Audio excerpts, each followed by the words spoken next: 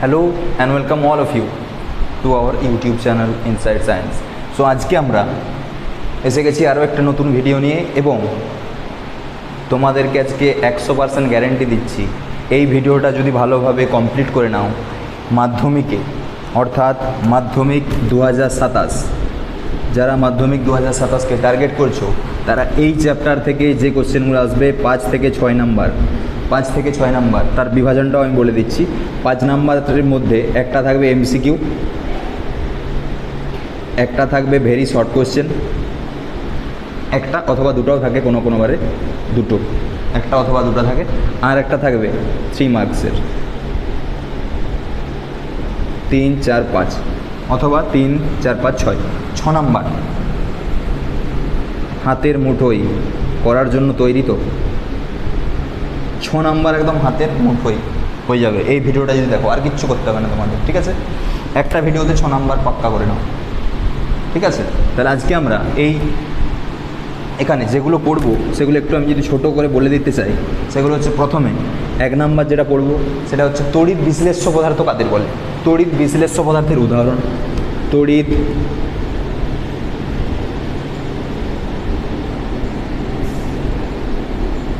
বিশ্লেষ্য পদার্থ। তারপরে তড়িৎ বিশ্লেষ্য পদার্থ আছে মানে দিন আছে মানে রাত আছে, তাহলে তড়িৎ বিশ্লেষ্য আছে মানে কি থাকবে? তড়িৎ অবিশ্লেষ্য পদার্থ, তড়িৎ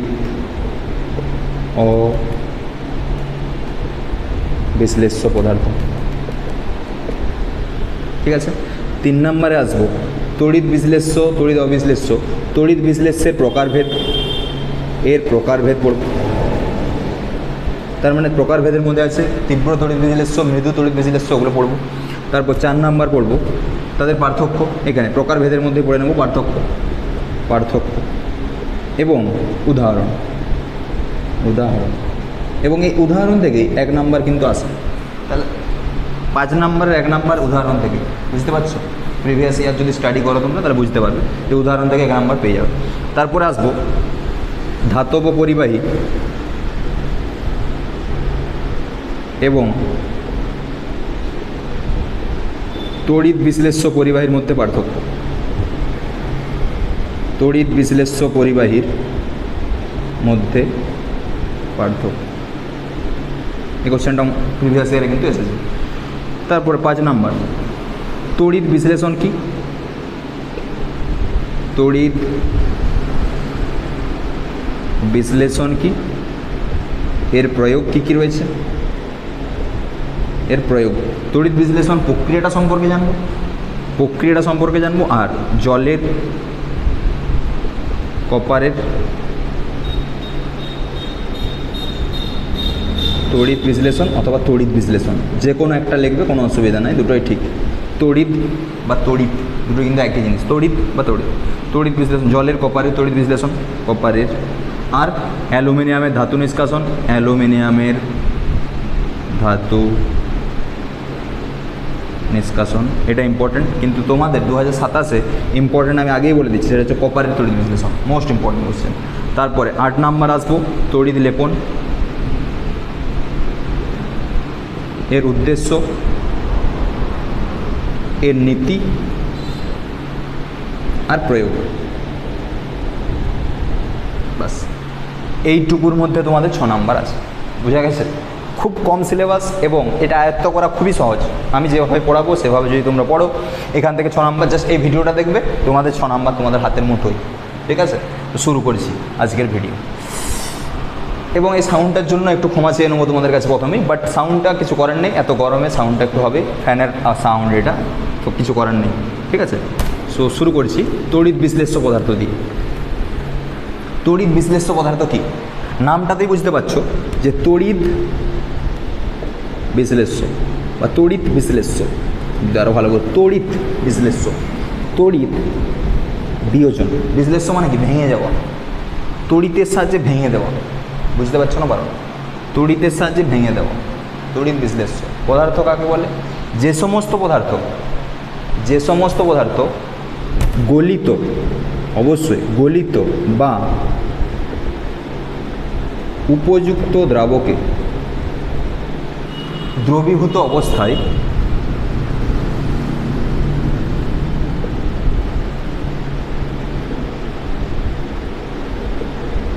তড়িৎ পরিবহন করে।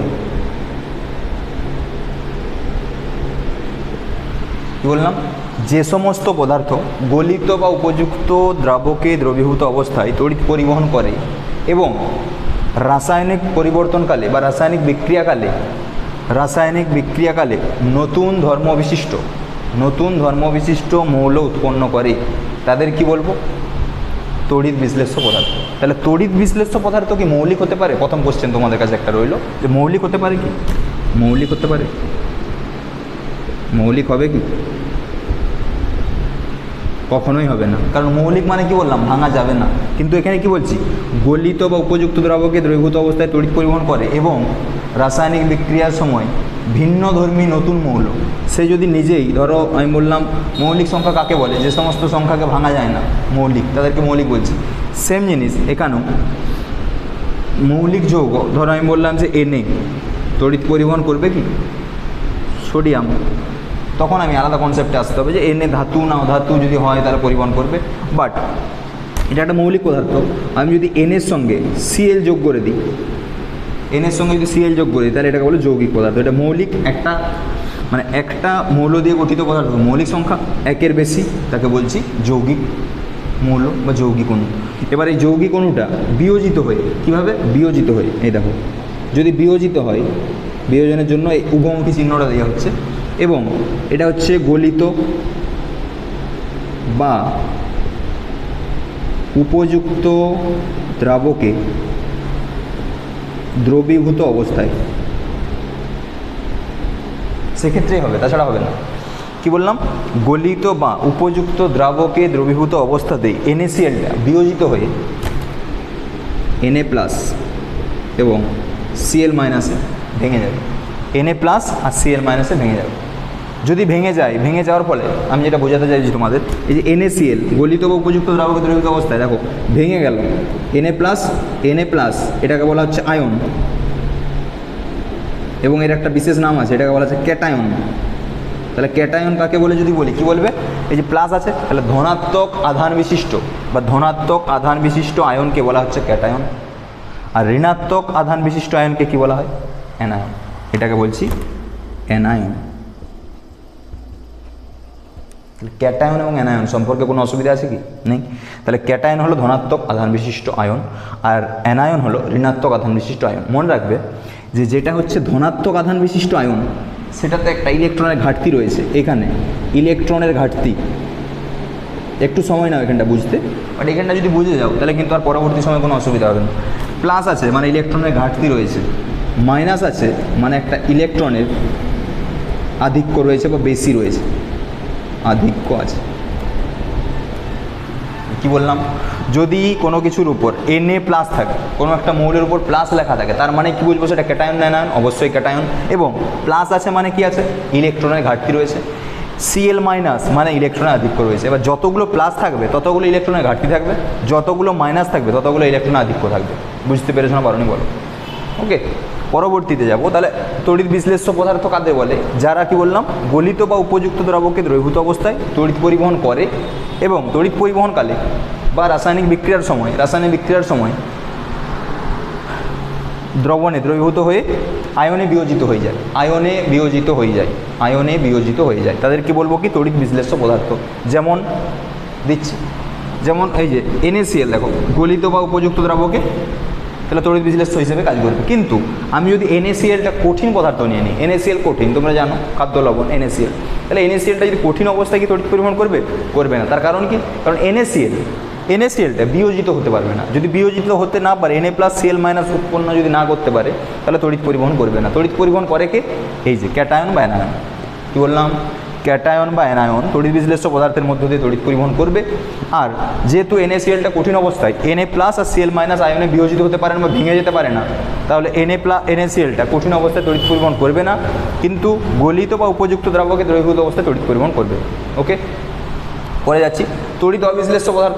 এটা তড়িৎ বিশ্লেষ্য। এবার আমি যদি অবিশ্লেষ্য মানে শুধু ওটা যদি অ্যাড করে দিই, তাহলে তোমরাও অ্যাড করে দিতে পারবে যে পরিবহন করে না, গলিত বা উপযুক্ত দ্রাবকে দ্রবীভূত অবস্থায় তড়িৎ পরিবহন করে না, অথবা আমি যদি বলি যে তারা বিয়োজিত হতে পারে না। তাহলে আমি যদি সংক্ষেপে বোঝাতে চাই তোমাদের যে কতটা আমাদের দরকার ততটুকুই লিখছি, যে তড়িৎ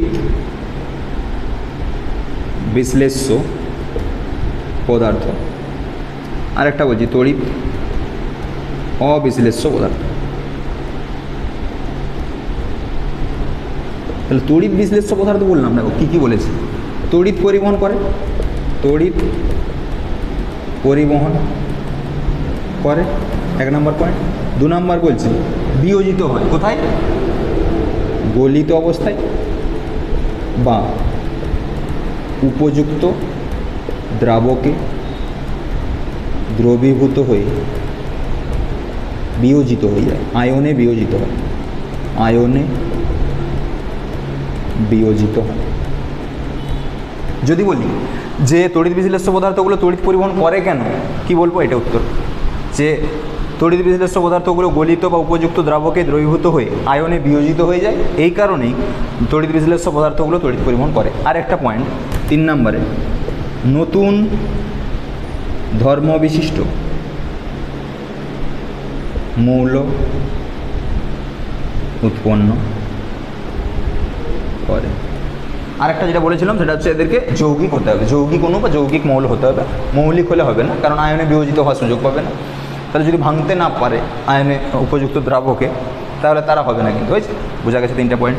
আর তড়িৎ অবিশ্লেষ্যর ক্ষেত্রে মনে রাখবো 1 নম্বরে তড়িৎ পরিবহন করে না, আমি লিখছি না, জাস্ট করে না লিখছি। 2 নম্বরে লিখছি আয়নে বিয়োজিত হতে পারে না, বিয়োজিত হয় না, বা হতে পারে না লেখাটা বেশি ভালো হবে, হতে পারে না, বিয়োজিত হতে পারে না। 3 নম্বর, যদি বিয়োজিত না হতে পারে তাহলে নতুন ধর্ম বিশিষ্ট মৌল উৎপন্ন করতে পারবে না। তোমাকে 100 টাকা দেওয়া হয়েছে, তুমি 100 টাকা খরচ না করতে পারলে কি 100 টাকায় ফেরত আনবে? তাহলে তোমার 100 টাকা ছিল 100 টাকায় রইলো। তাহলে কি যে ধর্ম মানে তড়িৎ অবিশ্লেষ্য পদার্থ যেটা ছিল সে নিজেই একই রকমভাবে রয়ে গেল। তাহলে যা ছিল তাই হলো, যা ছিল তাই ছিল, এটা বলাই বেশি ভালো, যা ছিল তাই ছিল। ঠিক আছে, হয়ে গেল তড়িৎ অবিশ্লেষ্য পদার্থ। কারো যদি অসুবিধা আছে বলো। এক্সাম্পলগুলো আমি এখানে দিচ্ছি, এক্সাম্পল এক্স নয় কিন্তু এক্সাম্পল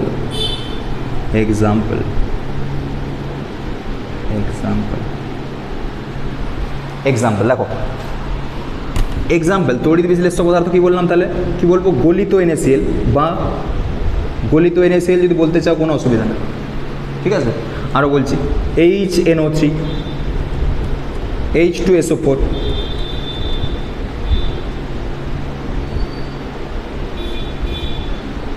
HCl কিন্তু জলীয় দ্রবণ, HCl জলীয় দ্রবণ।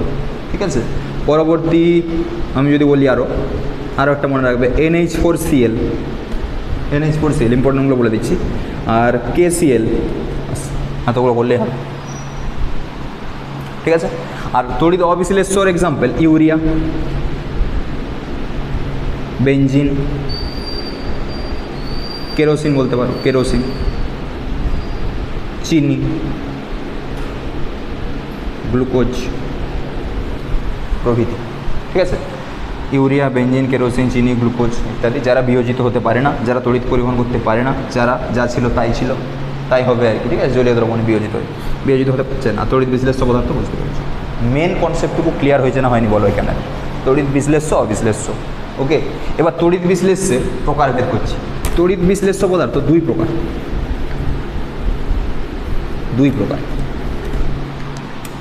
প্রকার। 1 নম্বর বলছি তীব্র তড়িৎ বিশ্লেষ্য, আর একটা বলছি 2 নম্বরে মৃদু তড়িৎ যা লিখবে তড়িৎ বিশ্লেষ্য। নাম থেকে হয়ে যাচ্ছে তীব্র মানে কি? তীব্র তড়িৎ বিশ্লেষ্য মানে বেশি বিয়োজিত হয়, মৃদু তড়িৎ বিশ্লেষ্য মানে কম বিয়োজিত হয়। নামটাতেই তীব্রতা আছে, নামটাতেই মৃদু ভাব আছে। তাহলে তীব্র মানে বেশি বিয়োজিত হয়, মৃদু মানে কম বিয়োজিত হয়। তীব্র তড়িৎ পরিবহন কম করবে না বেশি করবে? তড়িৎ পরিবহনটা করছিল কারা? ক্যাটায়ন বা অ্যানায়ন। এরা কম ক্যাটায়ন বা অ্যানায়ন উৎপন্ন করছে, বুঝতে পারছো না? বলেন, দেখো আমি এক্সাম্পলটা দিচ্ছি। তোমার NaClটাই নিচ্ছি, কারণ NaClটাই বুঝিয়েছিলাম যে NaClটা যদি নেওয়া হয় এটা বিয়োজিত হয়ে, ভালো করে বুঝবে, Na+ এবং Cl মাইনাস উৎপন্ন করে জলীয় দ্রবণে বা গলিত বা উপযুক্ত দ্রাবকে দ্রবীভূত অবস্থায়, অবশ্যই এটা। আর মৃদু তড়িৎ বিশ্লেষ্য পদার্থ আমি একটা এক্সাম্পল নিচ্ছি, CH3COOH, এটাকে বলে অ্যাসিটিক অ্যাসিড, এটা বিয়োজিত হলো CH3COO minus plus H plus. তাহলে তোমাদের দেখে মনে হচ্ছে যে স্যার ঠিক আছে এখানেও ক্যাটায়ন আছে, এখানেও অ্যানায়ন আছে, এখানেও ক্যাটায়ন আছে, এখানেও অ্যানায়ন আছে, দুটো তো একই জিনিস দেখে বোঝাচ্ছে, কিন্তু না, এখানে পার্থক্যটা এবার বোঝাবো। দেখো তোমাকে ধরো আমি 100 টাকা দিলাম, বুঝছে, 100 টাকার তুমি 50 টাকার তোমার ইচ্ছা মতো জিনিস কিনলে, আর 50 টাকা তোমার ধরো বাড়িতে যে জিনিসটার জন্য তোমাকে 100 টাকা দেওয়া হলো সেই 50 টাকাটা তুমি ওখানে খরচ করলে, আর 50 টাকা তুমি নিজে খরচ করে দিয়েছো, ঠিক আছে। তাহলে 50 100 তুমি পুরাটাই খরচ করে দিয়েছো, এটা বলতে পারি। অথবা তোমাকে যদি 100 টাকা দিই, তার 50 টাকা তুমি ধরো আইসক্রিম খেলে, এটা আইসক্রিম, আর এটা বলছি ফুচকা, ফুচকা, ঠিক আছে, ফুচকা খেয়েছো, এটা আইসক্রিম খেয়েছো, ভালো করে বুঝো। 50 টাকা 100 টাকা খরচা করে দিয়েছো। এইখানে তোমাকে 100 টাকা দেওয়া হয়েছিল, তুমি 10 টাকার আইসক্রিম খেয়েছো, 10 টাকার ফুচকা খেয়েছো, 80 টাকা ফেরত দিয়েছো, ফেরত। কখন তুমি বেশি খুশি হবে নিজে বলো, বুকে হাত রেখে বলতে পারবে? তুমি যখন 50 টাকার খেয়েছো, অবশ্যই তুমি বেশি হ্যাপি। হয়তো তোমার পরবর্তী সময় 50 টাকার ফুচকাকে পেট খারাপ হতে পারে, সেটা পরবর্তী, সেটা আলাদা টপিক। বাট তুমি বেশি হ্যাপি হয়েছো কখন? যখন তোমাকে 50 টাকার 100 টাকার আইসক্রিম ফুচকা খেতে দেওয়া হয়েছে। তার মানে কি NaClটা সম্পূর্ণরূপে বিয়োজিত হয়ে গেছে, মানে 100 ছিল পুরোটাই বিয়োজিত হয়ে গেছে 50-50-এ। কিন্তু CH3COOH 100 টাকা ছিল, তার 10 খরচা হয়েছে, এখনও বাকি পড়ে রয়ে গেছে 80 টাকা বেঁচে গেছে। তাহলে CH3COOHটা 80 টাকা যদি ফেরত রয়ে যায়, তাহলে CH3COOHটা জলীয় দ্রবণে এর যে অণুটা ছিল সেই অণুটা বেঁচে থাকছে না থাকছে না, মানে 80 টাকা তোমার কাছে রয়েছে, এর কাছে কি এখন এ ফকির হয়ে গেছে NaCl, আর না NaCl। জলীয় দ্রবণে যখন NaCl, এটা ধরো এইখানে ধরো NaClটা দেওয়া হয়েছে, NaCl এখানে ধরো CH3COOHটা দেওয়া হয়েছে, NaClকে যখন দেখছি আর NaCl দেখতে পাচ্ছি না আমি, কারণ সব Na+Cl- পরিণত হয়ে গেছে। এইখানে CH3COOH অনেক দেখতে পাচ্ছি, এখনও অনেক পরিমাণ দেখতে পাচ্ছি, আর CH3COO- খুব কম পরিমাণে দেখতে পাচ্ছি। কিন্তু অ্যাকচুয়াল কাজটা কে করছে, মানে তোমাকে হ্যাপি কে দিচ্ছে, আইসক্রিম বা ফুচকা। তাহলে Na+ আর Cl- আয়ন যেখানে বেশি উৎপন্ন হচ্ছে সেখানে তড়িৎ পরিমাণটা বেশি হবে, এখানে কম হয়েছে তাহলে কম উৎপন্ন, কম হবে তড়িৎ পরিমাণটা। বুঝতে পেরেছো না? পারো? তাহলে পার্থক্য দেখো এখান থেকে বলবো, তড়িৎ বিশ্লেষ্য তীব্র তড়িৎ বিশ্লেষ্য পদার্থ, মৃদু তড়িৎ বিশ্লেষ্য পদার্থ। তীব্র তড়িৎ বিশ্লেষ্য জলীয় দ্রবণে সম্পূর্ণরূপে বিয়োজিত হয়ে গেল, দেখো 150-50, 100 শেষ, 100 টাকা শেষ, তোমার সম্পূর্ণ বিয়োজিত হয়ে গেছে। মৃদু তড়িৎ বিশ্লেষ্য পদার্থ 100 ছিল, সম্পূর্ণ বিয়োজিত হয়নি, দেখো আংশিক বা অল্প পরিমাণে বা স্বল্প পরিমাণে বিয়োজিত হয়েছে। এবং প্লাস এটুকু বলবো, তড়িৎ পরিবহন ক্ষমতা কার বেশি হবে, কে বেশি হ্যাপি হবে? অবশ্যই বুঝতেই পারছো, Na+Cl-, মানে তীব্র তড়িৎ বিশ্লেষ্য পদার্থগুলো বেশি হ্যাপি, মৃদু তড়িৎ বিশ্লেষ্য পদার্থ কম হ্যাপি, ঠিক আছে। 3 নাম্বার, জলীয় দ্রবণে শুধুমাত্র ক্যাটায়ন এবং অ্যানায়নের উপস্থিতি পাবো বা আয়ন থাকবে। জলীয় দ্রবণে আয়ন তো থাকছেই, তার সঙ্গে অণুটাও বেঁচে থাকছে, 3টে পার্থক্য। 4 নাম্বার পার্থক্য উদাহরণ, 4 নাম্বার পার্থক্য উদাহরণ। এবার বলেছিলাম যে উদাহরণ থেকে বহুবার কোশ্চেন এসেছে, বহুবার, 1 নাম্বার এই উদাহরণ থেকেই হয়ে যাবে।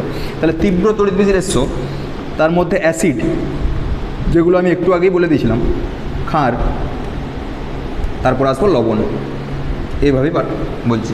তাহলে প্রথমে তীব্র, তারপরে বলছি মৃদু। তীব্রতে আমি বলেই দিয়েছিলাম H2SO4, HCl এর জলীয় দ্রবণ, আর বলছি HNO3 মানে নাইট্রিক অ্যাসিড। ক্ষার NaOH, KOH, দুটো জানলেই হবে। লবণের মধ্যে NaCl, KCl, লবণের মধ্যে NaCl এবং KCl হয়ে গেল। আর একটা বলেছিলাম NH4Cl, এটাও মনে রাখবে, NH4Cl, এই 3টা মনে রাখবে। আর একটা আছে CuSO4 করতে পারো, CuSO4, ঠিক আছে। পরবর্তীতে যাচ্ছি মৃদু যেটা আছে সেটার অ্যাসিড মধ্যে পাবো বাইকার্বনেট যে অ্যাসিডগুলো, H2CO3, ঠিক আছে। আর অ্যাসিডিক অ্যাসিডটা তো অবশ্যই, এটা বহুবার, 2-3বার মনে পড়েছে প্রিভিয়াস ইয়ারে, CH3COOH। তাহলে অ্যাসিডিক অ্যাসিডের জলীয় দ্রবণ কি তড়িৎ পরিবহন করবে? অবশ্যই করবে, কিন্তু কম পরিমাণে করবে, কনফিউজ হওয়া চলবে না। তড়িৎ অবিশ্লেষ্য পদার্থগুলো কি তড়িৎ পরিবহন করবে? করবে না। তড়িৎ অবিশ্লেষ্য, কিন্তু মৃদুটা তড়িৎ বিশ্লেষ্য, কিন্তু কম তড়িৎ বিশ্লেষ্য। তড়িৎ পরিবহন করবে এরা, কিন্তু তড়িৎ অবিশ্লেষ্য থেকে বেশি করবে, তড়িৎ বিশ্লেষ্য তীব্র তড়িৎ বিশ্লেষ্য থেকে কম করবে। বাস এইটুকুই মনে রাখতে হবে। H2CO3 আর হচ্ছে তোমার CH3COOH হয়ে গেল। আর এখানে আসছি NH4OH, ঠিক আছে, NH4OH। আর তুমি মনে রাখতে পারো অ্যালুমিনিয়াম হাইড্রোক্সাইড AlH3, AlOH হয়ে গেল। আর এখানে ZnCl2, HgCl2। বাস এটা এতটা ইম্পর্ট্যান্ট নয়, তোমাদের দরকার হচ্ছে এটা দরকার, CH3COOH বিরাট দরকার, NH4Clটা দরকার, আমি দাগ দিয়ে দিচ্ছি, আর এই দুটো, ঠিক আছে। এগুলো থেকে কোশ্চেন আছে, এই চারটার থেকে, এই চারটা অবশ্যই ভালো করে করতে হবে। তাহলে তীব্র আর মৃদু পুরো কনসেপ্টটা ক্লিয়ার হয়েছে আশা করছি, ঠিক আছে। যদি বুঝতে পেরেছো তাহলে অবশ্যই কমেন্ট করে জানাবে যে স্যার বুঝতে পারছি। যদি বুঝতে না পারো বলবে অবশ্যই যে কী অসুবিধা হচ্ছে, তাহলে সেইগুলোর উপর আমি কাজ করার চেষ্টা করবো। তাহলে তীব্র মৃদু হয়ে গেছে। পরবর্তী টপিক কী ছিল? ধাতব পরিবাহী এবং অধাতব পরিবাহী। এই তড়িৎ বিশ্লেষ্য পরিবাহী, ধাতব পরিবাহী, আর কি বলছি, তড়িৎ বিশ্লেষ্য পরিবাহী, তড়িৎ বিশ্লেষ্য পরিবাহী। ভালো করে দেখো। তাহলে ধরো একটা কপারের তার তোমাকে দিল, এটা ধরো কপারের তার, এখানে কারেন্ট লাগানো হলো, এখানে তোমাকে ধরতে দেওয়া হলো, তুমি গ্রাউন্ড অবস্থায় আছো, তুমি কি হলে বেঁচে থাকবে? আর থাকবে না নিশ্চয়ই।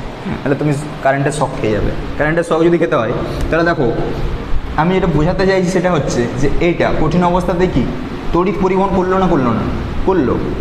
কিন্তু তড়িৎ বিশ্লেষ্য পরিবাহের ক্ষেত্রে কী দেখলে বলো তো? NaCl কঠিন অবস্থায় করছিল কি? করেনি। তাহলে তড়িৎ বিশ্লেষ্য পরিবাহীগুলো কঠিন অবস্থায় তড়িৎ পরিবহন করে না, উপযুক্ত দ্রাবকে দ্রবীভূত অবস্থায় অথবা গলিত অবস্থায় করে। আর অন্যদিকে ধাতব পরিবাহীগুলো যেগুলো আছে সেগুলো কিন্তু তড়িৎ পরিবহন করছে কঠিন অবস্থাতে এবং তরল অবস্থাতে। তরল অবস্থাতে কে করে? পারদ, পারদ করছে। দেখো তরল অবস্থায়, তরল অবস্থায় করছে পারদ। তাহলে কঠিন প্লাস তরল অবস্থায় তড়িৎ পরিবহন করছে।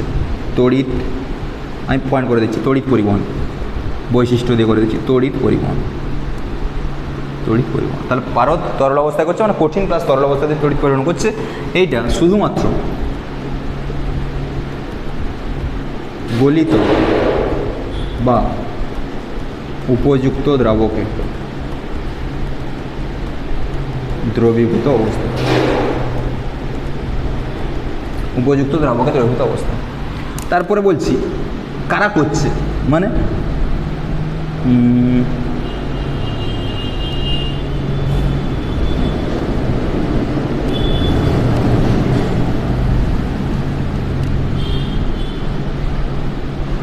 তড়িৎ পরিবহনে সাহায্যকারী উপাদান লিখতে পারি বা পদার্থ লিখতে পারি, উপাদান লিখছি। এইখানে আমি জেনে গেছি আয়ন, আয়নের মধ্যে ছিল ক্যাটায়ন এবং অ্যানায়ন, দুটোই কিন্তু অপশানে পাবে, ক্যাটায়ন অ্যানায়ন, ক্যাটায়ন এবং অ্যানায়ন। তাহলে ক্যাটায়ন এবং অ্যানায়ন দুজনেই করে তড়িৎ পরিবহনে সাহায্যকারী যে সমস্ত উপাদান। এইখানে ধাতব পরিবাহীর ক্ষেত্রে তাহলে একটু জানতে হবে যে ধাতু কাকে বলে। ধাতু কাকে বলে? লেনাকে আর ক্লাসে ফিরতে হবে না, হেলিনাকে আর ক্লাসে ফিরতে হবে না।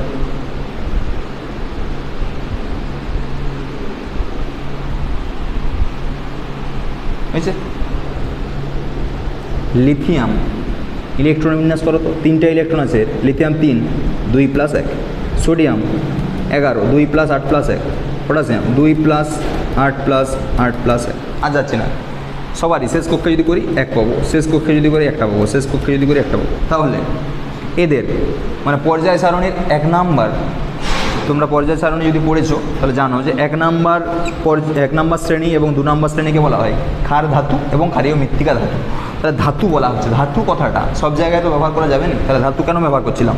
কারণ এই যে এখানে একটা শেষ কক্ষে একটা ইলেকট্রন আছে, অযুগ্ম ইলেকট্রন, এবং যেটা প্রায় মুক্ত অবস্থায় থাকছে। যদি আমি একটু ডিটেলসে যাই তাহলে লিথিয়াম, এটা তার নিউক্লিয়াস, এইটা তার বাইরের কক্ষ, 1টা 2টো, এখানে 2টো আছে, এখানে 1টা আছে।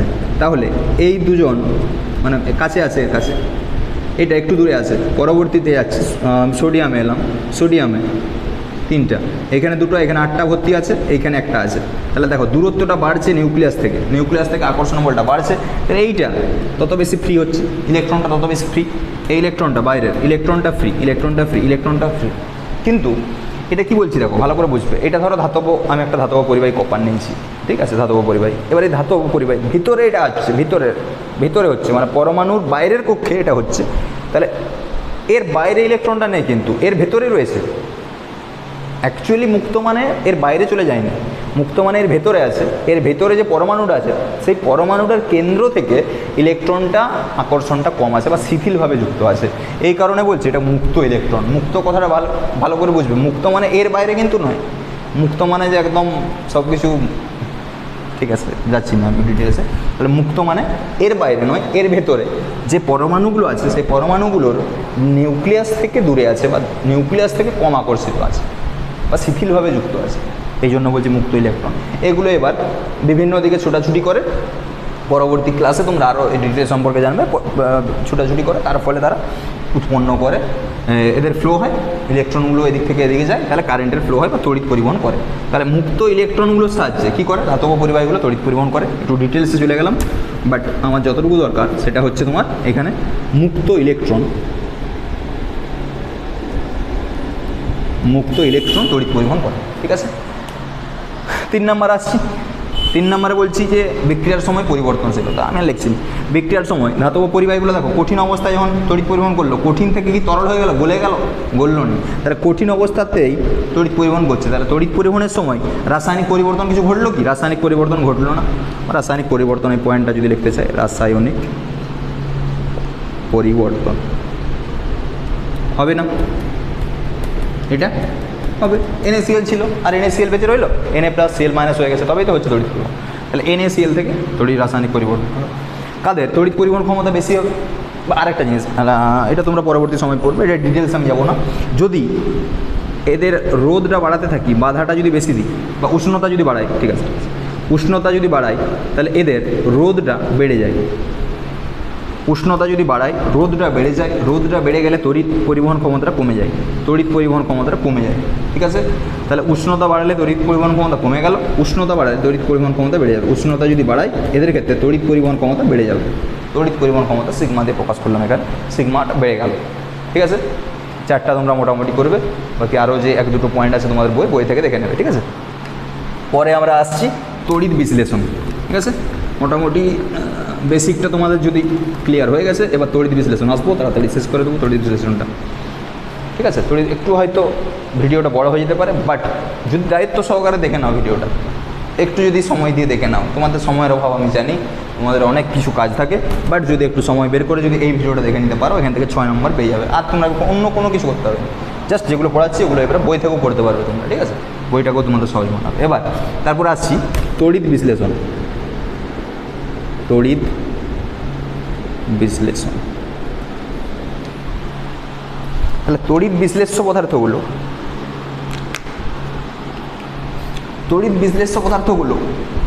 যে প্রক্রিয়ার সাহায্যে তড়িৎ পরিবহন করছে বা যে প্রক্রিয়াটার জন্য রাসায়নিকভাবে পরিবর্তন হয়ে নতুন ধর্মবিশিষ্ট মৌল উৎপন্ন করছে, তাকে বলবো তড়িৎ বিশ্লেষণ। কীভাবে হয় সেটা একটু দেখতে হবে।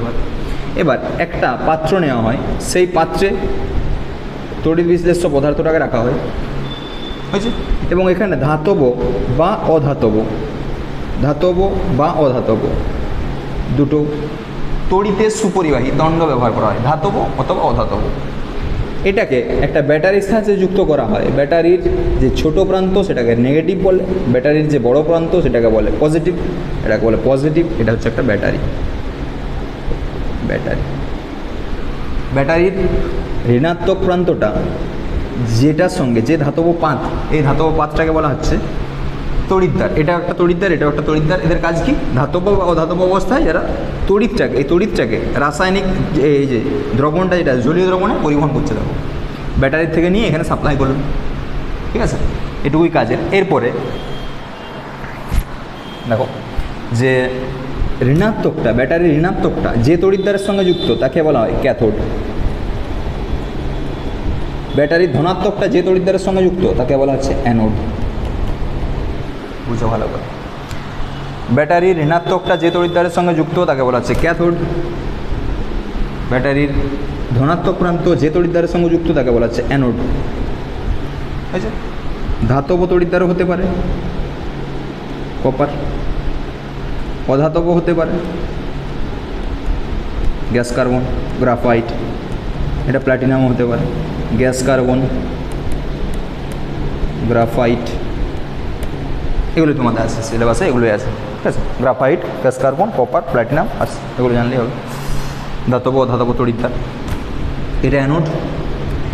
যে পাত্রে ঘটনাটা ঘটানো হচ্ছে সেই পাত্রটাকে বলা হচ্ছে ভোল্টামিটার। রিভার্সে এসে যেটা ভোল্টামিটার, ভোল্ট মিটার নয় কিন্তু, কী বললাম, ভোল্টামিটার। এই যে একটা আকার আছে, ভালো করে একটা বড় আকার আছে, খেয়াল করতে হবে। ভোল্টামিটার। তাহলে ক্যাথোড অ্যানোড বোঝা গেছে, ব্যাটারির ধনাত্মক প্রান্ত ঋণাত্মক প্রান্ত বোঝা গেছে। এই প্র্যাকটিক্যালটা তোমরা করেও দেখতে পারো, তোমাদের ক্লাস 8-এও ছিল, করে দেখতে পারো। এবার এইখানে বলছি যে তড়িৎ বিশ্লেষ্য পদার্থটা দেওয়া থাকে, তড়িৎ বিশ্লেষ্য পদার্থের জলীয় দ্রবণ, পদার্থের জলীয় দ্রবণ।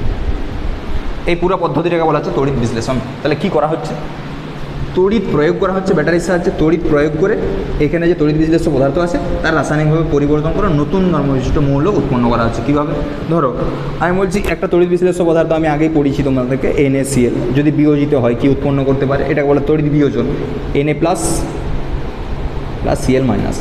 এরপরে এখানে আন্ডারস্ট্যান্ডিং দরকার যে ক্যাথোডটা প্লাস না মাইনাস, বলো তো মাইনাস। মাইনাস মানে কি, এটা ঋণাত্মক হয়ে আছে, বুঝছে, এইটা ধনাত্মক হয়ে আছে। অপোজিট অ্যাট্রাক্টস, তাহলে বিপরীত আধান, বিপরীত পরস্পরকে আকর্ষণ করে, এটা তোমরা সবাই জানো। এটাই বলার জন্য এক্সাম্পল তোমরা বলতে হবে না, এটা তোমরা জানো। তাহলে Na প্লাস, এটা কী বলেছিলাম, ইলেকট্রনের ঘাটতি না দিই, ইলেকট্রনের ঘাটতি মনে করে দেখো, ক্যাটায়ন। তাহলে ক্যাটায়ন কোন দিকে ছুটে যাবে, ক্যাথোডের দিকে না অ্যানোডের দিকে। ধরো এইখানে বলছি Na প্লাস Cl মাইনাস ঘুরছে, তো Na প্লাসটা ছুটে যাবে কোন দিকে, এইখানে মাইনাস অপেক্ষা করছে তার জন্য, এখানে ছুটে গেল। Cl মাইনাস ছুটে গেল এইখানে প্লাসের দিকে। বুঝতে পেরেছো না, পারো না? এই ঘটনা তড়িৎ বিশ্লেষণ হয়ে গেল, আর কিছু না, শেষ তড়িৎ বিশ্লেষণ তোমাদের। তাহলে ক্যাথোডে যাবে কে যাবে, ক্যাটায়ন। মনে রাখার জন্য কে ছি যাচ্ছি না, পার্সোনাল হয়ে যাবে না। ক্যাথোডে যাবে ক্যাটায়ন কে, আর অ্যানোডে যাবে অ্যানায়ন। এটা হচ্ছে ছোটোবেলায় বলবো না, অ্যানোডে যাচ্ছে অ্যানায়ন, কে, ঠিক আছে, মনে থাকবে। কি করে হচ্ছে, প্লাসটা মাইনাসের দিকে যাচ্ছে, মাইনাসটা প্লাসের দিকে ছুটে যাচ্ছে, বাস এটুকু। এবার ক্যাথোড বিক্রিয়া, অ্যানোড বিক্রিয়া। ক্যাথোড বিক্রিয়া এইখানটা যদি ভালো করে বুঝে নাও, তাহলে পরের যে চারটা আছে তড়িৎ বিশ্লেষণ, সেগুলো একটা জাস্ট ছকে করে দেবো তোমাদের পুরোটা। ক্যাথোড বিক্রিয়া আর অ্যানোড বিক্রিয়া, এই দুটোই বাকি আছে। ক্যাথোড বিক্রিয়া আর অ্যানোড বিক্রিয়া। দেখো ক্যাথোড বিক্রিয়া কী হবে, ক্যাথোড বিক্রিয়াতে হবে, কে গেছে ক্যাথোডে, ক্যাটায়ন আছে, ক্যাথোডে ক্যাটায়ন গেছে, ক্যাটায়নের ইলেকট্রনের ঘাটতি আছে না আধিক্য আছে, ইলেকট্রনের ঘাটতি তোমরা নিজেরাই বললে, ইলেকট্রনের ঘাটতি। তাহলে এর ইলেকট্রন দরকার, ইলেকট্রন যদি পেয়ে যায় তাহলে সে Na ধাতু উৎপন্ন করলো, Na সলিড, বুঝছে। অ্যানোড বিক্রিয়ায় অ্যানোডে কে যাবে, তাহলে এখানে কী হলো, জারণ না বিজারণ, ইলেকট্রন গ্রহণকে কী বলে, বিজারণ। এই কোশ্চেনটাও বহুবার এসেছে যে কি ক্যাথোডে কী রকমের বিক্রিয়া হয়, জারণ না বিজারণ, কী বলবো, বিজারণ। তারপর অ্যানোড বিক্রিয়া, Cl মাইনাস অ্যানোডে গেল, কারণ কি Cl মাইনাস এখানে প্লাস ছিল, Cl মাইনাস গেল, আধিক্য আছে না ঘাটতি আছে, আধিক্য আছে। কটা ইলেকট্রনের আধিক্য আছে, একটা, তাহলে একটা ছেড়ে দিল, প্লাস একটা ইলেকট্রন হয়ে গেল, তাহলে এটা কী হলো, জারণ না বিজারণ, জারণ। আর এটা মনে রাখবে, ক্লোরিনটা মানে স্থায়িত্ব কম, জন্য Cl আর Cl পরস্পর যুক্ত হয়ে Cl2 উৎপন্ন করে দেয়, ঠিক আছে, Cl2 উৎপন্ন করে, এটা তোমরা পর্যায় সারণীতে পড়েছো। এটা তোমরা পর্যায় সারণীতে পড়েছো, সিএল আর সিএল একা থাকতে পারেনি, সিএলের জন্য আর একটা সিএল দরকার, ওই জন্য সিএল যুক্ত হয়ে সিএল একই রকম। এইচ হাইড্রোজেন একা থাকতে পারেনি, এইচ যুক্ত হয়ে H2 উৎপন্ন করবে। অক্সিজেন একা থাকতে পারেনি, OH থেকে ওটা O2 হয়ে যাবে, ওটা বুঝতে পারবে তখন। তাহলে দেখো কী কী মেন পয়েন্ট এখানে বুঝলাম। তাহলে এখানে ব্যাটারি ব্যবহার করা হচ্ছে তড়িৎ বিশ্লেষণের জন্য। কী প্রকারের তড়িৎ ব্যবহার করা হচ্ছে? ডিসি তড়িৎ ব্যবহার করা হচ্ছে, বা এটাকে বলছি সমপ্রবাহ তড়িৎ। সমপ্রবাহ তড়িৎ ব্যবহার করা হচ্ছে, এটাও পরীক্ষা এসেছে। এবং এখানে দেখো তড়িৎ শক্তি কোন শক্তিতে রূপান্তরিত হলো? রাসায়নিক শক্তিতে। কী বললাম? তড়িৎ শক্তি রাসায়নিক শক্তি রূপান্তরিত হলো। আরেকটা পয়েন্ট, তড়িৎ বিশ্লেষণের সময় বা তড়িৎ বিশ্লেষণ একটি জারণ এবং বিজারণ প্রক্রিয়া। তড়িৎ বিশ্লেষণ একটি জারণ বিজারণ প্রক্রিয়া, তিনটা জিনিস বলেছি। তড়িৎ বিশ্লেষণের সময় সমপ্রবাহ বা সমতড়িৎ প্রবাহ ব্যবহার করা হয়, বা ডিসি কারেন্ট ব্যবহার করা হয়, 1 নম্বর পয়েন্ট। 2 নম্বর বলছি তড়িৎ বিশ্লেষণের সময় তড়িৎ শক্তি রাসায়নিক শক্তিতে রূপান্তরিত হয়। 3 নম্বর পয়েন্ট লাস্ট, তড়িৎ বিশ্লেষণ জারণ এবং বিজারণ দুটো প্রক্রিয়ায় কিন্তু একসঙ্গে ঘটে। ঠিক আছে, যদি এটা ক্লিয়ার থাকে, এবং এই পাত্রটাকে কী বলেছি? ভোল্টামিটার। ব্যাস এটুকু দরকার তড়িৎ বিশ্লেষণ সম্পর্কে। ঠিক আছে, যদি ওকে হয়ে থাকে অবশ্যই কমেন্টে ওকে লিখে দাও, যদি নট ওকে তাহলে নট ওকে লিখে দাও। ঠিক আছে, এরপরে আসছি আমরা যে জলের তড়িৎ বিশ্লেষণ। এবার একটু তাড়াতাড়ি করতে হবে।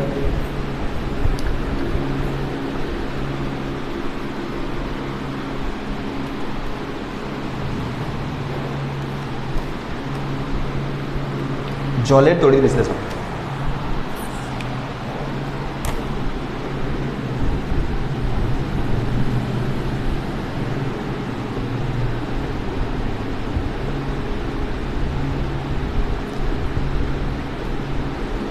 ঠিক আছে, কি করব? প্রথমে কি দরকার আমার? তড়িৎ বিশ্লেষ্য পদার্থ।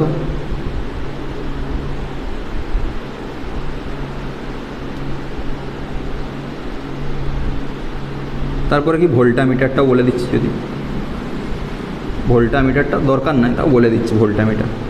তারপরে ক্যাথোড হিসেবে কি ব্যবহার করা হবে, অ্যানোড হিসেবে কি ব্যবহার করা হবে। তারপরে আয়নীভবন বা বিয়োজন বিক্রিয়া, আয়নীভবন বা বিয়োজন বিক্রিয়া। ঠিক আছে, পরবর্তীতে আসবো ক্যাথোড বিক্রিয়া,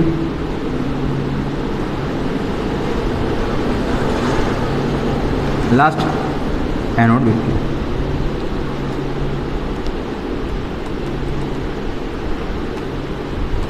চারটা আছে, চারটা এখানে কভার করে দেওয়ার চেষ্টা করছি। দেখো তড়িৎ বিশ্লেষ্য পদার্থ জলের,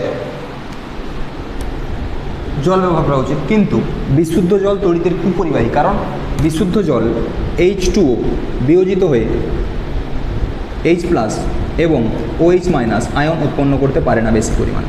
কী বললাম? বিশুদ্ধ জল বিয়োজিত হয়ে H+ এবং OH- আয়ন উৎপন্ন করতে পারে না, এই জন্য এর সঙ্গে সামান্য পরিমাণে লঘু H2SO4 ব্যবহার করা হয়, বা এটাকে বলছি H2SO4 যুক্ত 2% বলতে পারো, 2% H2SO4 যুক্ত জল। তোমরা যদি এটা প্র্যাকটিক্যাল করতে চাও তাহলে এখানে তুমি জল নেবে, একটা পাত্রে জল নেবে, জলে কিছুটা পাতিলেবুর রস নেংড়ে দেবে, এবং দুটো হচ্ছে তুমি লেডকে পেন্সিল যেগুলো হয় দুই প্রান্ত তোমরা ছুলে নেবে, গ্রাফাইট দণ্ডগুলো বার করে নেবে, বা লেডগুলো যেটা ভেতরে বার করে নেবে, স্পর্শ করে দেবে, উপরে ব্যাটারি লাগাবে, এখানে ব্যাটারির একটা প্রান্ত যোগ করে দেবে, এখানে একটা ব্যাটারির প্রান্ত যোগ করে দেবে, জলটা দেখবে বুদবুদ আকারে বেরোচ্ছে, তাহলে ওখানে গ্যাস উৎপন্ন হচ্ছে, বুঝতে পারবে ওখান থেকে কী গ্যাস উৎপন্ন হচ্ছে এখনই দেখবে তোমরা। ঠিক আছে, তাহলে H2SO4 যুক্ত জল 2%। ঠিক আছে, H2SO4টা কেন ব্যবহার করা হলো? কারণ বিশুদ্ধ জল তড়িতের কুপরিবাহী, বিশুদ্ধ জলে সামান্য পরিমাণে H2SO4 দিয়ে দিলে জলের বিয়োজন ক্ষমতাটা বেড়ে যায়, তাহলে H2O তখন বিয়োজিত হবে সহজে, এবং H+ OH- আয়নটা উৎপন্ন করতে পারবে বেশি পরিমাণে। ঠিক আছে, এটুকু মনে রাখবে। ভোল্টামিটার হিসেবে ব্যবহার করা হয়, এটা হফম্যানের ভোল্টামিটার। তোমরা যে কোনো পাত্র ব্যবহার করতে পারো, কোনো অসুবিধা নেই, কাচের পাত্র ব্যবহার করতে পারো। ক্যাথোডে প্লাটিনাম পাত। ঠিক আছে, ক্যাথোড তড়িৎদ্বারে প্লাটিনাম পাত ব্যবহার করা হবে, অ্যানোড তড়িৎদ্বারেও প্লাটিনাম পাত। ঠিক আছে, আয়নি ভবন বা বিয়োজন মাত্রা কী কী আছে এখানে? H2SO4 আর জল আছে, তাহলে H2O প্রথমে লিখছি, বিয়োজিত হয়ে উৎপন্ন হচ্ছে H plus plus OH minus, এবং H2SO4ও রয়েছে, তাহলে সেটাও বিয়োজিত হবে নিশ্চয়ই, থেমে থাকবে না।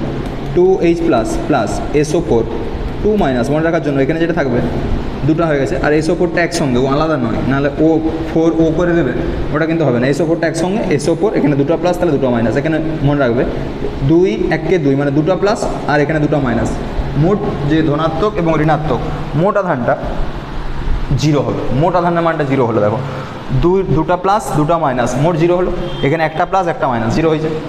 তারপরে ক্যাথোড বিক্রিয়া, অ্যানোড বিক্রিয়া। ক্যাথোডে কে যাবে বলো তো? এখানে ক্যাটায়ন কে আছে? H প্লাস এবং OH মাইনাস, SO4 2 মাইনাসের মধ্যে H প্লাস দেখতে পাচ্ছ সহজেই, তাহলে H প্লাস গেল, ইলেকট্রন নেবে না ছাড়বে? দেখো একটু আগেরটা যদি ভালো করে পড়েছিলে, ইলেকট্রন নেবে তোমরা সহজেই বলতে পারবে, এবং এখান থেকে H উৎপন্ন হয়ে যাবে। এই Hটা এটাকে বলে জায়মান হাইড্রোজেন, যার স্থায়িত্ব খুব কম, এই জন্য এই Hটা নিজেদের মধ্যে যুক্ত হয়ে H প্লাস H যুক্ত হয়ে উৎপন্ন করে দেবে H2 গ্যাস। তাহলে ক্যাথোডে কোন গ্যাস পাওয়া গেল? H2 gas. ক্যাথোডে কোন গ্যাস পাওয়া গেল? H2 gas. অ্যানোড বিক্রিয়া, এরপর অ্যানোড বিক্রিয়া আসবো। অ্যানোডে কী হবে? অ্যানোডে OH মাইনাস SO4 2 মাইনাস, দুটো অ্যাভেলেবেল আছে, দুটোর মধ্যে OH মাইনাসের ইলেকট্রন ছাড়ার প্রবণতাটা SO4 2 মাইনাস অপেক্ষা বেশি, ওই জন্য OH মাইনাসটা গেল, ইলেকট্রন ছেড়ে বসে রইল, প্লাস ইলেকট্রন একটা ছেড়ে বসে রইল। পরবর্তী সময় এই OHটা স্থায়িত্ব কম, 4টা OH পরস্পর যুক্ত হয়ে উৎপন্ন করে দেবে 2O2 প্লাস H2, বা এটা হচ্ছে তোমার O2 প্লাস 2H2 যদি করি তাহলে মিলে যাচ্ছে, ঠিক আছে। 2O2 প্লাস, বা এটা আমি আরেকবার ভালো করে লিখে দিচ্ছি, 2H2O প্লাস হচ্ছে O2 গ্যাস। তাহলে ক্যাথোডে কোন গ্যাস উৎপন্ন হলো? Hydrogen gas. অ্যানোডে কোন গ্যাস উৎপন্ন হলো? অক্সিজেন। অ্যানোড অ, অক্সিজেন অ, ওকে। অ্যানোডের অ, ক্যাথোডের, তাহলে অ্যানোডের অ, অক্সিজেনের অ হয়ে গেল। অ্যানোডে কোন গ্যাস? অক্সিজেন। ক্যাথোডে কোন গ্যাস? হাইড্রোজেন, উল্টাটা। H2 এবং আর দুটো জিনিস দরকার এখানে, H2 এবং O2 এর আয়তনের অনুপাত, কত আয়তনে উৎপন্ন হয় মনে রাখবে। H2 আর O2 আয়তনের অনুপাত হবে 2:1, মনে রাখার জন্য H2O, H দুটো আছে, অক্সিজেন একটা আছে, 2:1 আয়তনের অনুপাত। আর ভরের অনুপাতটা সহজ, ভরের অনুপাত 1:8, H2O2 H এর কত? 2 × 1 2, আর এটা 16, 2:16 মানে 1:8, তাহলে 1:8, এই দুটো থেকে কোশ্চেন এসেছে। বাস, জলের তড়িৎ নির্দেশন শেষ। কী কী তড়িৎ বিদ্যুৎ পদার্থ? H2SO4 যুক্ত জল, হফম্যানের ভোল্টামিটার, ক্যাথোডে প্ল্যাটিনাম পাত, অ্যানোডে প্ল্যাটিনাম পাত, তড়িৎ আয়নি ভবন বিয়োজন, বুঝতে পেরেছো কেন গেল, কি উৎপন্ন হলো? H2O2, আর H2 আর O2 এর আয়তনের অনুপাতটা 2:1, H2O থেকে মনে রাখবো, আর যেটা হচ্ছে ভরের অনুপাত সেটা হচ্ছে 1:8, বাস এটুকুই দরকার। ওকে, আশা করছি ক্লিয়ার, সবাই কিন্তু তুলে নেবে খাতায়। পরবর্তীতে যাচ্ছে, জলের হয়ে গেল, এবার কপারের। কপার সালফেট দ্রবণ ব্যবহার করে CuSO4 ব্যবহার করে কপার এর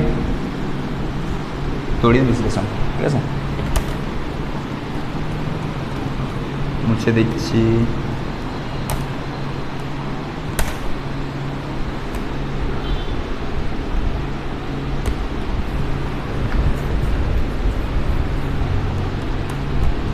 হয়েছে, বারবার লিখতে হচ্ছে না, একটু টাইমটা জাস্ট পাচ্ছে। CuSO4 ব্যবহার করে কপারের তড়িৎ বিশ্লেষণ একই,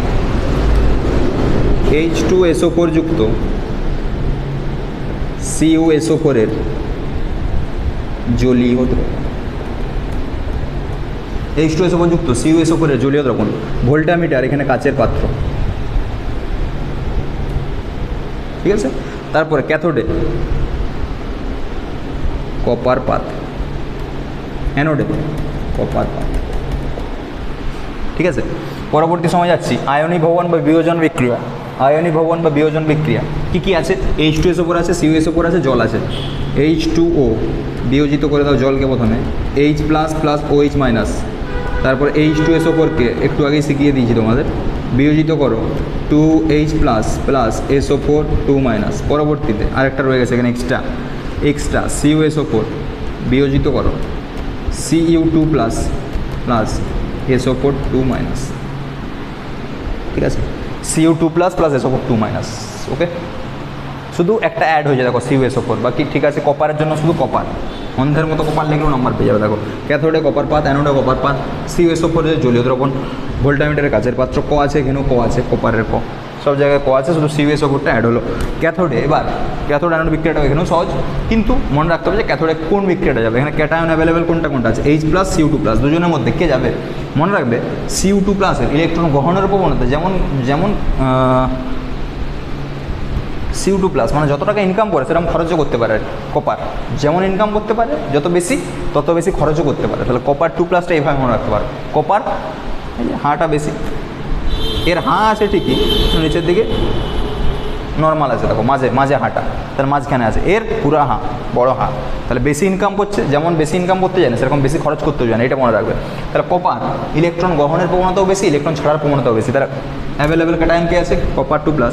তাহলে কপার 2 প্লাস এখানে গেল, কটা ইলেকট্রনের ঘাটতি, দুটো, তাহলে দুটো ইলেকট্রন নিল, দিয়ে কিসে পরিণত হলো, কপার ধাতুতে, সলিডে এস।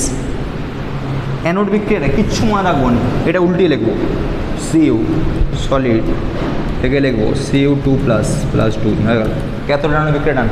বাট আমি তোমাদের তাও একটু বলতে চাইবো যে অ্যানোডে কেন এটা হলো, ঠিক আছে, অ্যানোডে কেন এটা হলো আমি এটা একটু বলতে চাইবো তোমাকে বিস্তারে। তাহলে এটাও কপারের পাত, এটাও কপারের পাত, নেগেটিভ পজিটিভ, তারপর নিশ্চয়ই বুঝতে পারছো এটা অ্যানোড এটা ক্যাথোড। এবার দেখো ভালো করে বুঝো, তাহলে এইখানে কি আছে, Cu2 প্লাস আছে, Cu2 প্লাস এখানে গেল, এটা ঘটনাটা হলো, কোনো অসুবিধা নাই এখানে, কারণ H প্লাস হচ্ছে Cu2 প্লাসের ইলেকট্রন গ্রহণের প্রবণতা বেশি। ওকে, প্রথমটা ওকে। দ্বিতীয়টাই, স্যার এখানে তো OH মাইনাস SO4 2 আছে, তারা তো যাবে, তারা তো ইলেকট্রন ছাড়বে, কিন্তু আপনি বলছেন যে Cu সলিডটা কপার 2 প্লাস প্লাস 2 ইলেকট্রন কেন হলো। এখানে একটা কনসেপ্ট চাই যে সক্রিয় তড়িৎদ্বার আর নিষ্ক্রিয় তড়িৎদ্বার। যে সমস্ত তড়িৎদ্বার রাসায়নিক বিক্রিয়ায় অংশগ্রহণ করে তারাকে বলে সক্রিয় তড়িৎদ্বার, যে সমস্ত তড়িৎদ্বার রাসায়নিক বিক্রিয়ায় অংশগ্রহণ করে না তারাকে বলে নিষ্ক্রিয় তড়িৎদ্বার। প্ল্যাটিনাম আগেরটার ক্ষেত্রে নিষ্ক্রিয় তড়িৎদ্বার ছিল, বাট কপার একটা হচ্ছে সক্রিয় তড়িৎদ্বার, মানে রাসায়নিক বিক্রিয়ায় নিজে অংশগ্রহণ করবে। রাসায়নিক বিক্রিয়ায় যদি অংশগ্রহণ করে তাহলে কপারের কাছে গেছিল ঠিকই SO4 2 SO4 2 এবং হচ্ছে তোমার OH মাইনাস, কিন্তু কপার বলছে আমি ইলেকট্রন ছাড়তে রাজি আছি, তোমাদেরকে আমার দরকার নেই, আমি ইলেকট্রন ছাড়তে রাজি, আমি টাকা ইনকাম করেছি যেমন আমি টাকা খরচ করবো, আমার ব্যাপার। তাহলে ইলেকট্রন আমি নিয়েছি, আমি ইলেকট্রন ছাড়বো, আমার ব্যাপার। বাস কপার এইভাবে মনে রাখবে। তাহলে কপার ওই জন্য ইলেকট্রন ছেড়ে দিল দুটো। তাহলে এখানে একটা জিনিস ঘটছে, দুটো জিনিস এখানে মনে রাখবো। একটা, তাহলে এইখান থেকে কপার 2 প্লাস জলীয় দ্রবণে এলো, তাহলে জলীয় দ্রবণে কপার 2 প্লাসের বা জলীয় দ্রবণের গাঢ়ত্বের কোনো পরিবর্তন হবে কি, এখান থেকে Cu2 প্লাস যাচ্ছে মানে যে সলিড ধাতব কপার উৎপন্ন হচ্ছে। তাহলে আমি একটু কালারিং করে দিই, তাহলে এইখানে ধাতব কপারের এই যে কপারের একটা পাতলা স্তর জমছে, ঠিক আছে, এইখানে কপারের একটা পাতলা স্তর জমছে, আর এইটা আস্তে আস্তে আস্তে আস্তে সরু হয়ে যাচ্ছে, ঠিক আছে। তাহলে অ্যানোডটা কী হলো বলো তো, এখানে অ্যানোডটা সরু হচ্ছে আর ক্যাথোডটা পুরু হচ্ছে, পুরু। কী বললাম, অ্যানোড হলো সরু, ক্যাথোড হলো পুরু, এবং এই জলীয় দ্রবণের গাঢ়ত্বের কোনো পরিবর্তন হবে না। বাস এটুকুই দেবো। যদি অসুবিধা থাকে তো বলো, নাহলে আরেকবার বলে দিচ্ছি। তড়িৎ বিশ্লেষ্য পদার্থ H2SO4 যুক্ত কপার সালফেটের জলীয় দ্রবণ, ক্যাথোড হিসাবে কপার পাত, অ্যানোড হিসাবে কপার, অ্যানোড হিসাবেও কপার পাত, ঠিক আছে। এবার হচ্ছে তোমার বিয়োজন, CuSO4টা নতুন করে, জলের ক্ষেত্রে যেমন H2O ছিল H plus OH minus, H2SO4 ছিল 2H প্লাস প্লাস SO4 2 এখানে শুধু একটা নতুন করছি CuSO4 Cu2 plus plus SO4 2 ওকে। ক্যাথোড বিক্রিয়া কপার 2 প্লাস দুটো ইলেকট্রন নিয়ে কপার ধাতুতে পরিণত হলো, যেটা যে ক্যাথোডে জমা হলো, চুপচাপ জমা হচ্ছে, অ্যানোড থেকে ক্ষয়ে আসছে, অ্যানোড বিক্রিয়াতে কপারটা ক্ষয়ে গেল, কপার সলিড থেকে কপার 2 প্লাস জলীয় দ্রবণে ছেড়ে দিল, জলীয় দ্রবণের গাঢ়ত্বের কোনো পরিবর্তন হলো না। ক্লিয়ার? এরপরে দুটো আছে তোমাদের তড়িৎ বিশ্লেষণের প্রয়োগ, দুটো আছে, আর তড়িৎ লেপন আছে, তিনটা জিনিস আছে, তাড়াতাড়ি করে নেবো। এবার কপার CuSO4, আমি যখন কপারের পরিশোধনটাকে বলবো যে বিশুদ্ধ কপারকে আমি পেতে চাইছি অবিশুদ্ধ কপার থেকে, তাহলে তোমরা নিজেরাই বলতে পারবে যে আমি যদি বিশুদ্ধ কপার পেতে চাই, ধরো অবিশুদ্ধ কপার XYG মেশানো আছে, ধরো এখানে XYG মেশানো আছে, যদি থাকে এখানে মেশানো, তাহলে কোথায় ব্যবহার করবো, ক্যাথোডে না অ্যানোডে? যদি এইটা ধরো আমি বলছি এটা বিশুদ্ধ কপার, এটা বিশুদ্ধ কপার, আর এইটা বলছি অবিশুদ্ধ কপার। কি হচ্ছে কেসটা, অবিশুদ্ধ কপার থেকে আসছে কপারটা জলীয় দ্রবণে, আবার কপারটা এখানে যে জমা হচ্ছে, বুঝতে পারছো না পারো না, এখান থেকে আসছে এখানে যে জমা হচ্ছে, ঠিক আছে, এই ঘটনা ঘটছে, এখান থেকে আসছে এখানে যে জমা হচ্ছে। এখানে যদি কপারের সঙ্গে যদি অন্য কিছু থাকে, কপারের সঙ্গে যদি অন্য কিছু থাকে, ধরো প্ল্যাটিনাম, সিলভার, গোল্ড, বিভিন্ন যে মূল্যবান ধাতুগুলো যদি থাকে, তারা কী হবে, জলীয় দ্রবণে আসবে ঠিকই, বাট এখান থেকে এখানে যাবে না, কারণ এখানে Cu2+ শুধু নেবে, বাকিগুলো জলীয় দ্রবণ, বাকিগুলোকে গেট আউট করে দেয়। এই জন্য যদি কপারের সাথে বা অবিশুদ্ধ কপারের সাথে যদি মূল্যবান ধাতুগুলো মিশে থাকে, সেগুলো এই যে কপারের বা অ্যানোডের নিচে মসলিনের থলিতে জমতে থাকে, কাদার আকারে জমতে থাকে, এদেরকে বলা হয় অ্যানোড মাড, বা এটাকে বলা হচ্ছে অ্যানোড মাড। এর গুরুত্ব কি, এখান থেকে মূল্যবান ধাতুগুলো পাই। এবং পরিশোধনের সময় সব কিছুই সেম, শুধুমাত্র ক্যাথোড আর অ্যানোডটা চেঞ্জ করা হবে। ক্যাথোডে কী ব্যবহার করা হয়, ক্যাথোডে তোমরা নিজেরাই বলতে পারবে বিশুদ্ধ কপারের পাতলা পাত,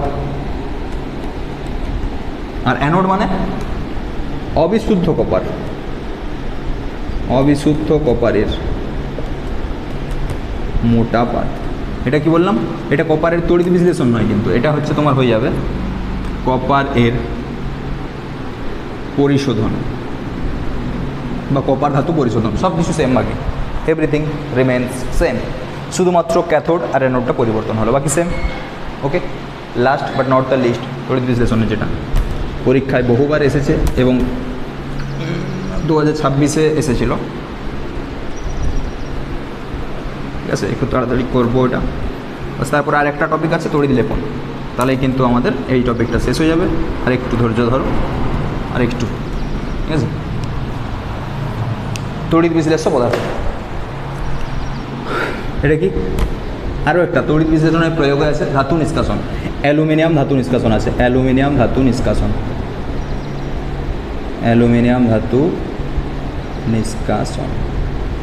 ঠিক আছে। অ্যালুমিনিয়াম ধাতু নিষ্কাশন কীভাবে করা হয় তোমরা যদি দেখো, তড়িৎ বিশ্লেষ্য হিসেবে 20% বিশুদ্ধ অ্যালুমিনা Al2O3, 60% ক্রায়োলাইট, এটা হচ্ছে তোমার AlF3.3NaF, ঠিক আছে, এভাবেও লিখতে পারো, অথবা Na3AlF6 এটাও লিখতে পারো, অথবা Na3AlF6, যে কোনো একটা লিখবে, কোনো অসুবিধা না। Okay, last but not the least, 20% fluorspar CaF2, 900 থেকে 920 ডিগ্রি সি উষ্ণতায় এদের জলীয় দ্রবণকে ব্যবহার করা হচ্ছে। এবং দেখো, বিশুদ্ধ অ্যালুমিনাতে অ্যালুমিনিয়াম লুকিয়ে আছে, বিশুদ্ধ অ্যালুমিনা থেকেই আমি একটা অ্যালুমিনাটা হচ্ছে এর আকরিক অ্যালুমিনিয়ামের, তাহলে ওখান থেকে আমি চাইছি অ্যালুমিনিয়াম ধাতুটা নিষ্কাশন করতে। বাট যেটা হচ্ছে এখানে অসুবিধা, সেটা হচ্ছে 1 মিনিট আমাকে দিবে, 1 মিনিট সময় চেয়ে নিচ্ছি তোমাদের।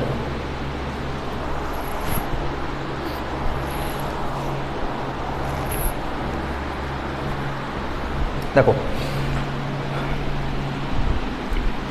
বিশুদ্ধ অ্যালুমিনা যেটা আছে সেটার স্ফুটনাঙ্ক প্রায় 2050 ডিগ্রি সি। তাহলে 2050 ডিগ্রি সিতে যদি সে ভাঙে, তাহলে আমার ব্যাটারি তো ভেঙে যাবে তখনকে। 2050 ডিগ্রি সি উৎপন্ন করা কি সহজ ব্যাপার? সহজ নয়, খুব জটিল ব্যাপার, এত ডিগ্রি সি উষ্ণতা। তার জন্য এই দুটো পদার্থকে মেশানো হচ্ছে, যাতে করে অ্যালুমিনার, বিশুদ্ধ অ্যালুমিনার গলনাঙ্কটা কমে যেতে পারে। বুঝতে পেরেছো না পারো? ঠিক আছে, তাহলে বিশুদ্ধ অ্যালুমিনার গলনাঙ্ক অনেক বেশি, সেই কারণে এর গলনাঙ্ক কমানোর জন্যই তাকে আমি ক্রায়োলাইট এবং ফ্লুরোস্পার ব্যবহার করছি। ঠিক আছে, হয়ে গেল কারণটা। ভোল্টামিটার হিসেবে ইস্পাতের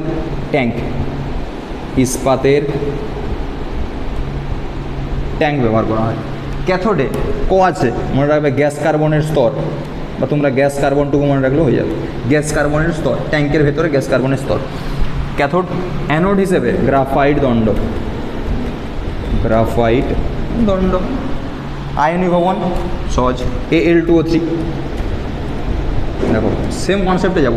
2Al অ্যালুমিনিয়ামের যোজ্যতা জানি 3 3++, 3O 2 মাইনাস, তাহলে গুণে এলো 3 দুগুণে 6টা, 6টা।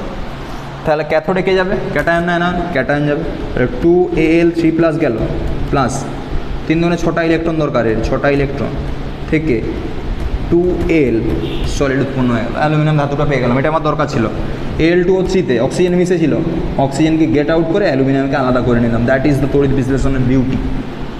অ্যানোড বিক্রিয়া, অ্যানোডকে যাবে অ্যানায়ন, CO2 মাইনাস গেল, 3O হয়ে গেল, অক্সিজেনটা জায়মান হলো, প্লাস 6টা ইলেকট্রন রিলিজ করে দিল। পরবর্তী স্টেপে অক্সিজেন একা থাকতে পারে না, অক্সিজেন একা থাকতে চায় না, ওই জন্য অক্সিজেন আর অক্সিজেন যুক্ত হয়ে গেল অক্সিজেন গ্যাস, উড়ে গেল। অ্যালুমিনিয়ামে অক্সিজেন লুকিয়েছিল, অক্সিজেন উড়ে গেল তড়িৎ বিশ্লেষণ পদ্ধতিতে, মানে অ্যানোডে চলে গেল, অ্যানোডে যেয়ে একে উড়িয়ে দিতে পারলাম। তাহলে আমার অ্যালুমিনিয়াম দরকার ছিল, ধাতুটাকে নিষ্কাশন করে দিলাম আরামসে, কোনো কিছু অসুবিধা হলো। একটা অসুবিধা ছিল, সেটাকে দূর করার জন্য যে ক্রায়োলাইট এবং ফ্লোস্পার জটিল জটিল দুটো নামের পদার্থ ব্যবহার করে দিলাম। পার্সেন্টেজগুলো ইম্পর্টেন্ট, উষ্ণতাও ইম্পর্টেন্ট, সব কিছু ইম্পর্টেন্ট। ওকে, ধাতু নিষ্কাশন, তড়িৎ বিশ্লেষণ, বাস হয়ে গেল। এরপর last but not the least, এখান থেকে 1 নাম্বার আসবে, 3 নাম্বার আশা করছি এখান থেকে আসবে। এই 4টার থেকে 3 নাম্বার আসার চান্স খুব বেশি, হাই। তার মধ্যে কপারেটটা এবার তোমাদের জন্য খুব ইম্পর্টেন্ট, খুব খুব খুব। 4টার থেকে 3 নাম্বার, এর চেয়ে ভালো চ্যাপ্টার হতে পারে না, বাট ঠিক আছে। এরপরে last but not the least, তড়িৎ লেপন কি? তড়িৎ লেপন কিছুই নয়, তড়িৎ বিশ্লেষণের অপর আরেকটি প্রয়োগ। ভালো করে বুঝে নাও। হ্যাঁ, তোমাদের 5 মিনিটের মতো বাকি আছে জোর। তড়িৎ লেপন 5 মিনিটে কিন্তু কমপ্লিট হয়ে যাচ্ছে তোমাদের চ্যাপ্টার। তড়িৎ লেপন ভালো করে বুঝো। তড়িৎ লেপন, তড়িৎ লেপন হলো, যদি অন্য কালারের মার্কার ব্যবহার করি, দেখো কালি আছে, দেখা যাচ্ছে তো? তড়িৎ লেপন, ঠিক আছে। কমেন্টে জানাবে কোন কালারটা বেশি ভালো লাগছে, এইটা কালোটা না এইটা, বলবে সেটাই বেশি ইউজ করবো, ঠিক আছে। তোমাদের উপরই তো সব কিছু নির্ভর করছে, কথাটা উপর তোমাদের উপর সব কিছু নির্ভর করছে আমার উপর। আমার ভালো লাগছে তাই করছি, ভালো না লাগলে বন্ধ হয়ে যাবে। তোমরা যদি এবার খুব বেশি সাপোর্ট করো, তাহলে বাধ্য হয়ে করবো বেশি করে। যখন আমার মনে হবে যে আমি আর পাচ্ছি না, করবো না, বন্ধ হয়ে যাবে, ঠিক আছে। যদি সাপোর্ট দেখাও তাহলে দায়িত্ব দেখাবো, যদি সাপোর্ট না দেখাও দায়িত্ব থাকবে না। আমার যতদিন ভালো লাগবে করবো, তারপর বন্ধ হয়ে যাবে, এই তো সিম্পল লজিকে সব কিছু চলছে, সিম্পলেই যাবে।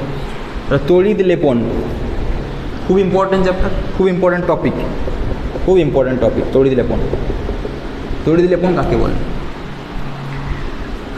তড়িৎ লেপন হলো তড়িৎ বিশ্লেষণ। তাহলে কী করা হচ্ছে? এইটা বলছি ক্যাথোড, এটা অ্যানোড, মনে করে দেখো, অ্যানোড ঋণাত্মক ধনাত্মক কী হচ্ছিল, এর উপরে এসে এখানে জমছিল, মনে করে দেখো ক্যাথোডে যখন কপার ব্যবহার করলাম, এখানে এসে এখানে জমছিল। তাহলে আমি যদি ওই কনসেপ্টটাকে কাজে লাগাই, আর কিছু ভাবতে হবে না, ওই কনসেপ্টটাকে কাজে লাগাবো, যে এখান থেকে এটা হয়ে এখানে গেল, এখান থেকে যে এর উপর জমলো, পাতলা স্তর তৈরি হলো। তাহলে আমি কি করতে পারি? তড়িৎ লেপন মানে, এটা ধরো একটা অধিক সক্রিয় ধাতু, মানে ধরো লোহা অধিক সক্রিয় ধাতু, বাতাসে রেখে দিলে অক্সিজেনের সঙ্গে জারিত হয়ে মরচে ধরে যায়, তাহলে লোহাটা নষ্ট হয়ে যায়। আমি যদি এই লোহার উপর নিকেলের প্রলেপ দিয়ে দিতে চাই, বা তোমাদের যে সমস্ত থালা বাটি যেগুলো বাসনপত্র ইউজ করো, সেগুলো হচ্ছে লোহার উপর নিকেলের হালকা প্রলেপ লাগানো থাকে। কেন করা হয়? কারণ লোহার সক্রিয়তা অনেক বেশি। তাহলে সক্রিয়তা বেশি মানে বিক্রিয়া বেশি করবে, ঠিক আছে। সক্রিয় বেশি হলে বিক্রিয়া বেশি করবে, তার জন্য এর উপর নিকেলের হালকা স্তর দেওয়া হলো। এবার লোহা বিক্রিয়া করতে চাইছে, উপরে নিকেল আছে, যে বিক্রিয়া করতে দেবো নি বলছে বাইরের সঙ্গে, বলছে আমি বিক্রিয়া করতে চাই, বলছে না, নো নিড, দরকার নেই বিক্রিয়া করার। তাহলে নিকেল বিক্রিয়া করতে দিচ্ছে না। তাহলে এইভাবে আমি একে বাঁচিয়ে রাখতে পারলাম, একে মোর্চার হাত থেকে নিবারণ করতে পারলাম, একে আমি বাঁচিয়ে নিলাম। বুঝতে পারলে না? পারলেন? এটা হচ্ছে মেন কনসেপ্ট তৈরি লেপন। তাহলে কি, অধিক সক্রিয় ধাতুর উপর কম সক্রিয় ধাতুর, অপেক্ষাকৃত কম সক্রিয় ধাতুর প্রলেপ লাগানোর প্রক্রিয়াকেই বলা হচ্ছে তড়িৎ লেপন বা ইলেকট্রোলাইসিস। ইলেকট্রোপ্লেটিং, তড়িৎ লেপন বা ইলেকট্রোপ্লেটিং। ইলেকট্রন একটা প্লেট বা স্তরণ একটা দেওয়া হচ্ছে, এই ইলেকট্রোপ্লেটিং। তড়িৎ বিশ্লেষণের মাধ্যমে ধাতুর একটা পাতলা স্তর দেওয়া হচ্ছে, এটাকে বলা হচ্ছে ইলেকট্রোপ্লেটিং, ঠিক আছে। ভুল বলেছি একটু ঠিক করে নেবে, সরি, ইলেকট্রোপ্লেটিং বলা হচ্ছে ইংরেজিটা, ইলেকট্রোপ্লেটিং, ঠিক আছে। কি করা হচ্ছে তাহলে? যে ধাতুটার উপর প্রলেপ দেওয়া হবে যে ধাতুটার উপর প্রলেপ দেওয়া হবে সেটা কোথায় ব্যবহার করব? ক্যাথোডে। যে ধাতুটার প্রলেপ দেবো সেটাকে ব্যবহার করব অ্যানোডে। Concept clear? আরেকটা জিনিস, যে ধাতুটার প্রলেপ দেওয়া হবে, কি বললাম, যে ধাতুটার প্রলেপ দেওয়া হবে সেই ধাতুটার লবণের জলীয় দ্রবণ ব্যবহার করব। কি বলছি ভালো করে বুঝো। এইটা ধরো আমি ব্যবহার করলাম কপার, কপারের যদি আমি প্রলেপ দিতে চাই লোহার উপর, তাহলে এখানে তড়িৎ বিশ্লেষ্য হিসাবে কপার সালফেটের জলীয় দ্রবণ ব্যবহার করব। এর জলীয় দ্রবণ, ঠিক আছে, কপার সালফেট, কপার একটা লবণ, তাহলে কপার সালফেটের জলীয় দ্রবণ ব্যবহার করলাম। তাহলে যদি এটা কপারের পরিবর্তে আমি নিকেল বলি, যদি এর জায়গায় বলি নিকেল, তাহলে এখানে কী যাবে? নিকেল সালফেট NiSO4 জলীয় দ্রবণ, তার সঙ্গে একটু বোরিক অ্যাসিড মেশানো হয়, বোরিক অ্যাসিড, বোরিক অ্যাসিড সামান্য পরিমাণে মিশে দেওয়া হয়। ঠিক আছে, বুঝতে পেরেছো? তাহলে মেন টপিক তড়িৎ লেপনে কি, ক্যাথোড হিসেবে কী ব্যবহার করবো? যার উপর দেওয়া হবে। অ্যানোড হিসেবে কী ব্যবহার করবো? যাকে দেওয়া হবে তড়িৎ বিশ্লেষ্য রূপে। অ্যানোডে যেটা ব্যবহার করেছি তার লবণের জলীয় দ্রবণ। তিনটা কনসেপ্ট ক্লিয়ার? আর এখানে ডিসি পাওয়ার সাপ্লাই ব্যবহার করা হবে। তাহলে তড়িৎ লেপন প্রক্রিয়া হয়ে গেল। এবার উদ্দেশ্য যদি বলি, এর স্থায়িত্ব বৃদ্ধি, একে বায়ু অক্সিজেনের হাত থেকে বাঁচানো, এর মূল্য বৃদ্ধি, এর সৌন্দর্য বৃদ্ধি, চারটা পয়েন্ট বলতে পারো। ঠিক আছে, এরপর আর একটু রয়েছে যে যদি বলি যে ক্যাথোডে আমি, অ্যানোডে যদি তড়িৎ বিশ্লেষ্য, তাহলে কি বললাম? ক্যাথোডে কাকে ব্যবহার করব? যার উপর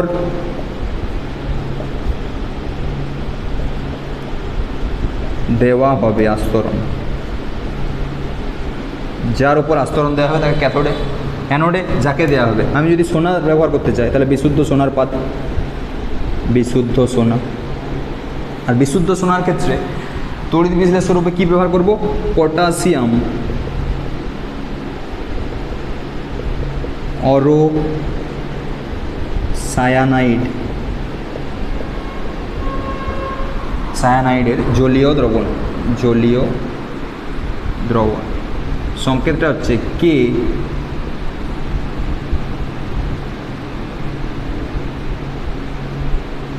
AU CN এর হোল 2, কে AU CN এর হোল 2। ঠিক আছে, পটাশিয়াম অরো সায়ানাইডের জলীয় দ্রবণ। যদি বিশুদ্ধ সোনার জায়গায় আমি বিশুদ্ধ রূপোর প্রলেপ দিতে চাই, রূপো, তাহলে potassium argento cyanide, potassium argento cyanide এর জলীয় দ্রবণ। কে AG হয়ে যাবে, আর্জেন্টো AG CN তার হোল 2। ঠিক আছে,